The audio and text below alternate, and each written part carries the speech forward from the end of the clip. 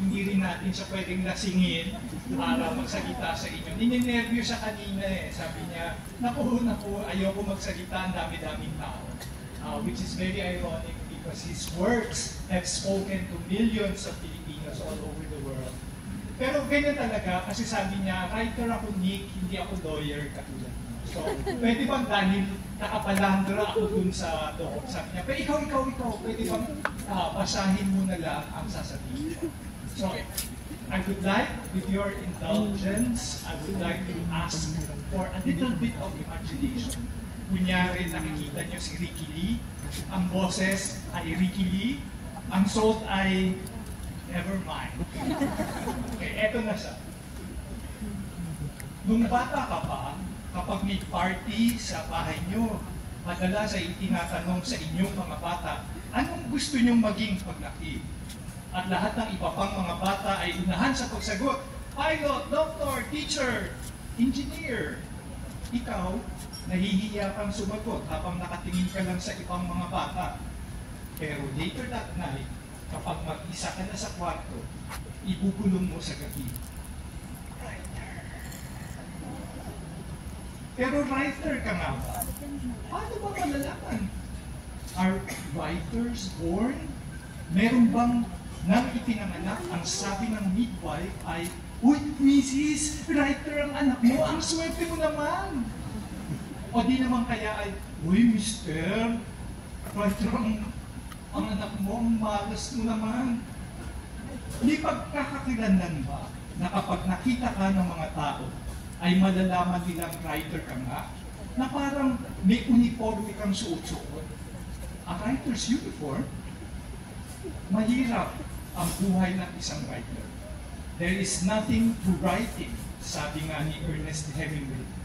All you do is sit down at a typewriter and read. Pero, mas mahirap din ang hindi magsulat. Sabi nga ni Maya Angelou, there is no greater agony than bearing an untold story inside.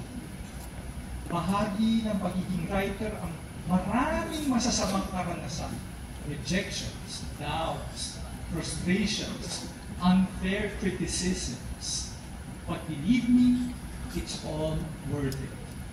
Nung nagsisimula pa lamang ako sa industriya ng pelikula, ay isa akong probinsyanong bagong saltang nakanganga habang natututo sa magdamagang diskusyon namin ng mga katrabaho kong mga direktor na ang lalaki ng mga personalidad at umuugong ang mga boses sa set. Nang sa shooting ay di inaasahang tumama ang ilaw sa mukha ng artista, ay napatili ito na wala naman sa script na sinulat ko. Pero nagbigay ng sense of wonder sa eksena, taking it into directions I have never imagined. Nang ipalabas na ang pelikula sa loob ng sinehan, ay kinandong ako ng dilim habang hinihigop ako ng tila tilamsik na liwanag sa screen na nagiging mga tauhang sinulat ko. Paano ko ba naman hindi mamahalin ang mundong ito? Sa tuwing natatapos ko ang sinulat ko, ay lagi akong nag-aalala. Maganda ba? Did I do enough? Pero alam ko, you have to let go. You have told your story. The world will now take over. But wait, there's more. Pero mahirap lang ang folder. And that, my dear friends, is when the magic happens. Ang kapangyarihan mo to touch other people's lives, to make a heart melt, a tree move, a dream come true, a nation to change.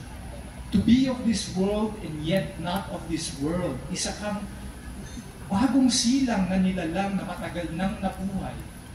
Isa kang teacher, isa kang doctor, isa kang clown, isa kang sirkero, isa kang lover, isa kang mother, isa kang iconoclast, isa kang whore, isa kang poet, isa kang magician, all at the same time. Nang tanungin ka nung bata ka pa kung anong gusto mong maging paglaki, ano pala ang tamang sagot? Ang tama palang sagot ay all of the above. Dahil isa kang writer. Maraming salamat.